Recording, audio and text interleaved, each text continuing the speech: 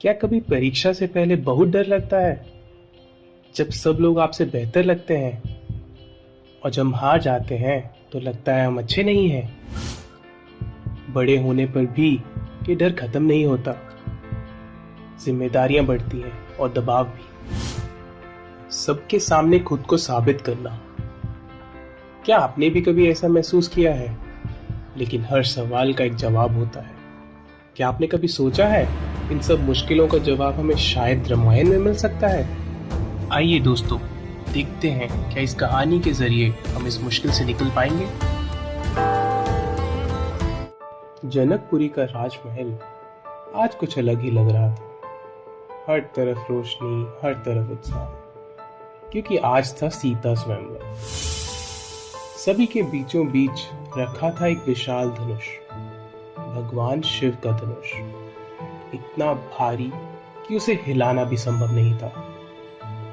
सीता शांत बैठी थी, लेकिन उनके मन में बहुत कुछ चल रहा था।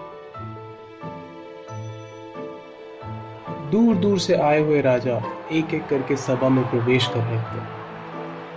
हर कोई चाहता था कि वह इस चुनौती को पूरा करे। तभी एक शक्तिशाली राजा सभा में प्रवेश करता है, रावण। उसके कदमों में आत्मविश्वास था। उसे विश्वास था कि ये काम सिर्फ वही कर सकता है। उसे देखकर सभी हैरान रह गए। रावण ने उस धनुष को देखा और मन ही मन उसे उठाने का निर्णय कर लिया। उसने पूरी ताकत लगाई, लेकिन धनुष हिला भी नहीं पाया। उसके चेहरे पर पहली बार तनाव दिखा।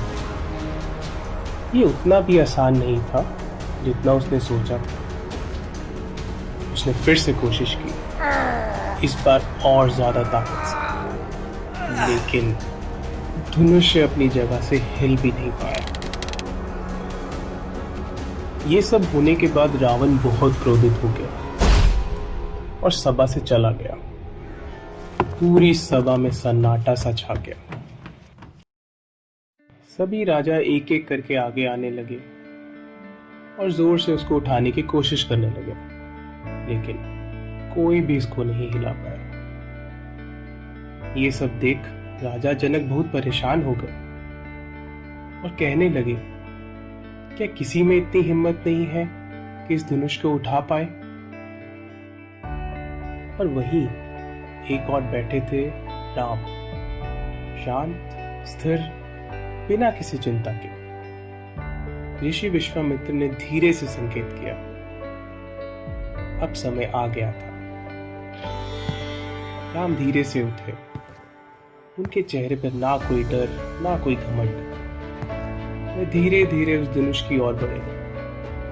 हर कदम बहुत शांत, लेकिन बहुत मजबूत। सीता उन्हें देख रही थी। उनके मन में एक विश्वास जाग रहा था। राम धनुष के पास पहुंचे। उन्होंने धीरे से धनुष को छुआ और उसी पल पूरी सभा में सन्नाटा छा गया। राम ने सहजता के साथ धनुष उठा लिया, जैसे वह उनके लिए बिल्कुल हल्का था। उन्होंने उसे चढ़ाने की कोशिश की। सबकी सांसें थम गई। कोई कुछ बोल नहीं रहा था। और तभी एक जोरदार आवाज हुई, धनुष टूट गया। पूरी सभा आश्चर्य में रह गई, लेकिन सीता के चेहरे पर खुशी साफ दिखाई दे रही थी।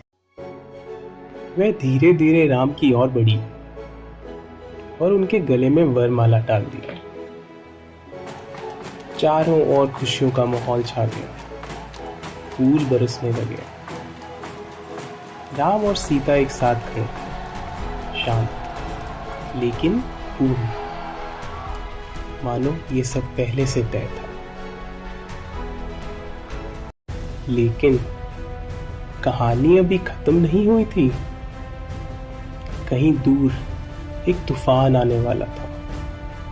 एक ऐसा योद्धा जो इस घटना से बहुत क्रोधित था। तो दोस्तों, हमें इस कहानी से सीखने को क्या मिला? कभी कभी हम दूसरों को दिखाने के लिए खुद पर बहुत दबाव डाल देते हैं, लेकिन सच्चाई ये है, हमें किसी को कुछ साबित करने की जरूरत नहीं होती। जब समय आता है तो हमारी असली ताकत अपने आप सामने आ जाती है। जैसे राम ने बिना कुछ कहे सब कुछ कर दिखाया।